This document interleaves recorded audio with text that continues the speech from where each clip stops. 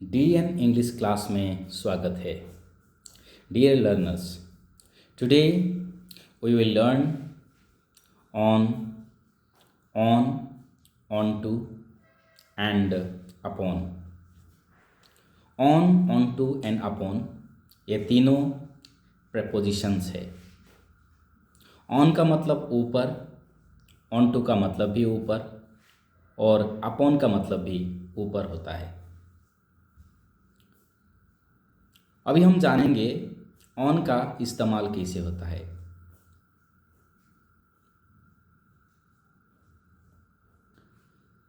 If a thing is kept on another thing then we can use on. कोई चीज़ अगर किसी चीज़ के ऊपर रखा हो तो हम ऑन का यूज़ करेंगे। Surface plus touch is equal to on. मतलब कोई चीज़ किसी सतह के ऊपर हो और उस पर टच हो रहा हो तो हम ऑन का प्रयोग करते हैं।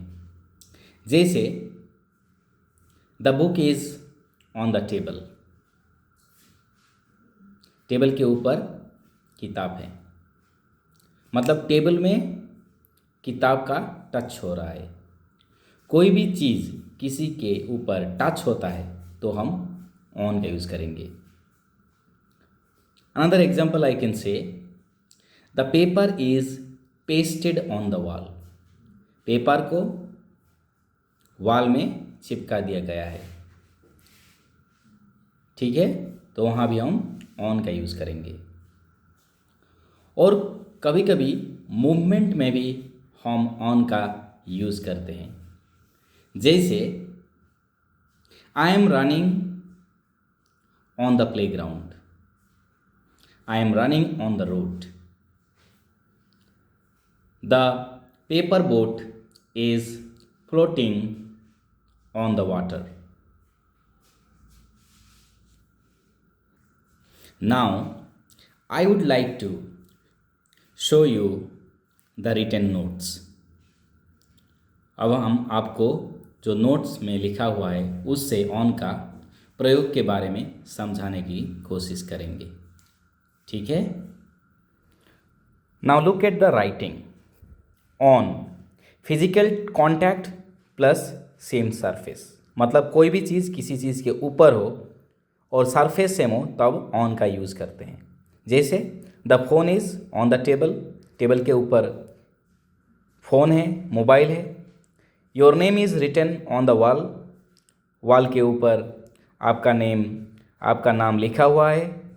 The paper is on the desk. Desk के ऊपर पेपर है।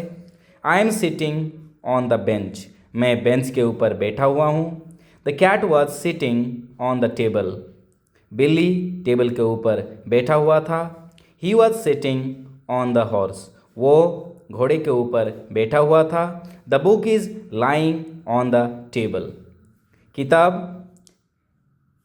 टेबल के ऊपर पड़ा है।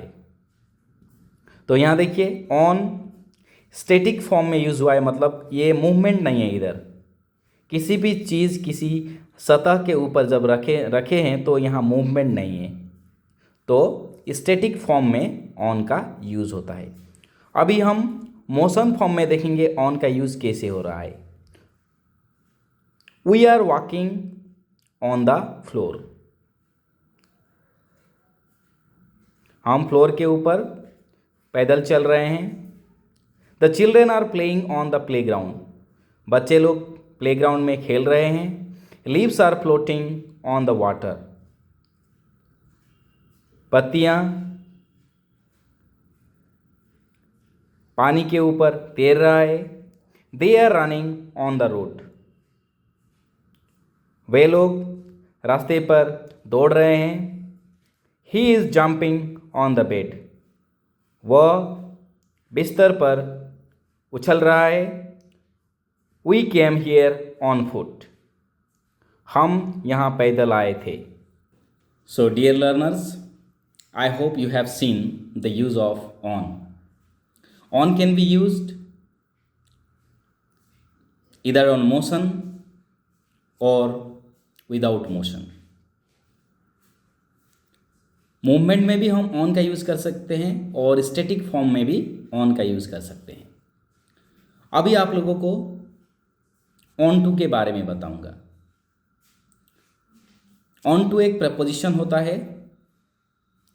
ऑन टू जब इस्तेमाल करते हैं तब किसी का मूवमेंट होता है किसी सरफेस के ऊपर, one surface to another surface. That means I would like to say lower surface to higher surface.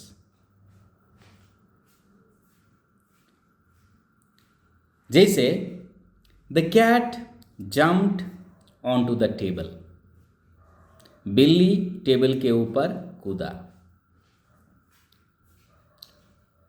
Put the pen on to the table, table के ऊपर कलम को रख दो।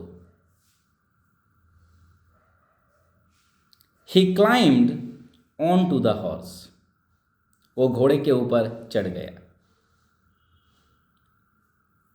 I mounted onto the elephant।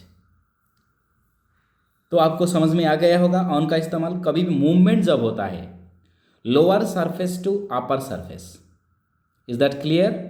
When there is a movement between lower surface to upper surface then we can use on to preposition. Let us see written examples. Okay. See here, the cat jumped onto the table.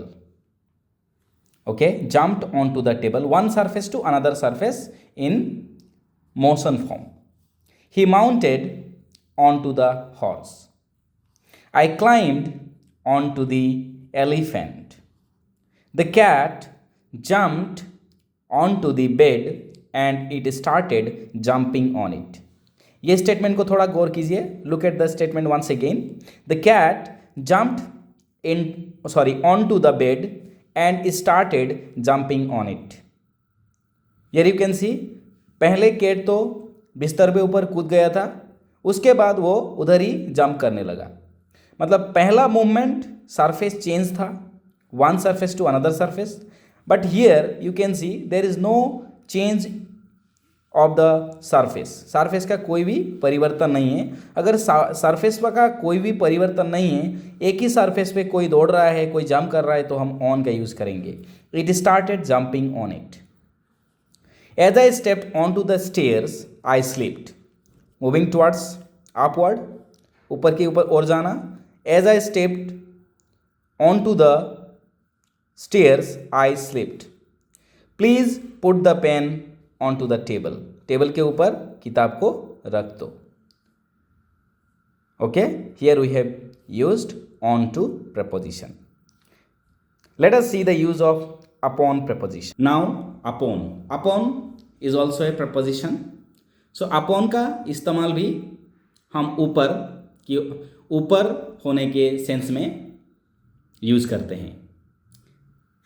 लेकिन upon किसी चीज ऊपर से नीचे गिरा हो तो हम अपॉन का यूज करेंगे। मेरे सर पर बॉल गिर गया, ठीक है, मेरे सर पर बॉल गिर गया, तो क्या कहेंगे हम इंग्लिश में इसे?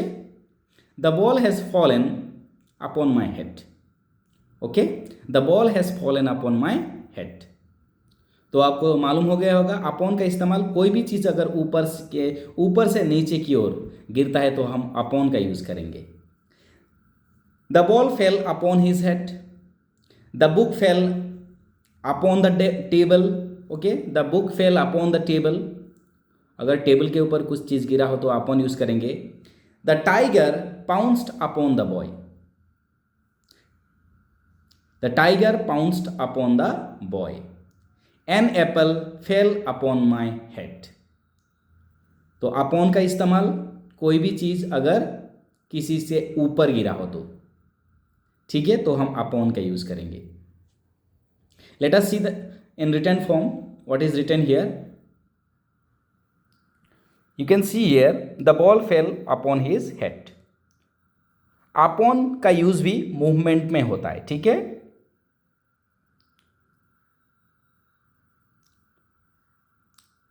अपॉन का यूज भी मूवमेंट में होता है. The ball fell upon his head. The book fell upon the table. The tiger pounced upon the boy. An apple fell upon my head. मतलब कोई चीज़ किसी के ऊपर गिरना, तो हम अपॉन का यूज़ करेंगे. जैसे अगर मैं ये पेन है, इसको ऐसे टेबल के ऊपर गिरा दिया, ठीक है, ये गिर गया, तो इसे हम कैसे कहेंगे? The pen has fallen upon the table. I hope this concept is clear to you.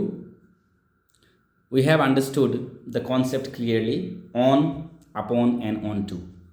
Dear learners, if you want more classes from my side, then please press on the like button and give some comments so that I get encouraged and give you more, favorable contents to all of you. Thank you. Have a great day.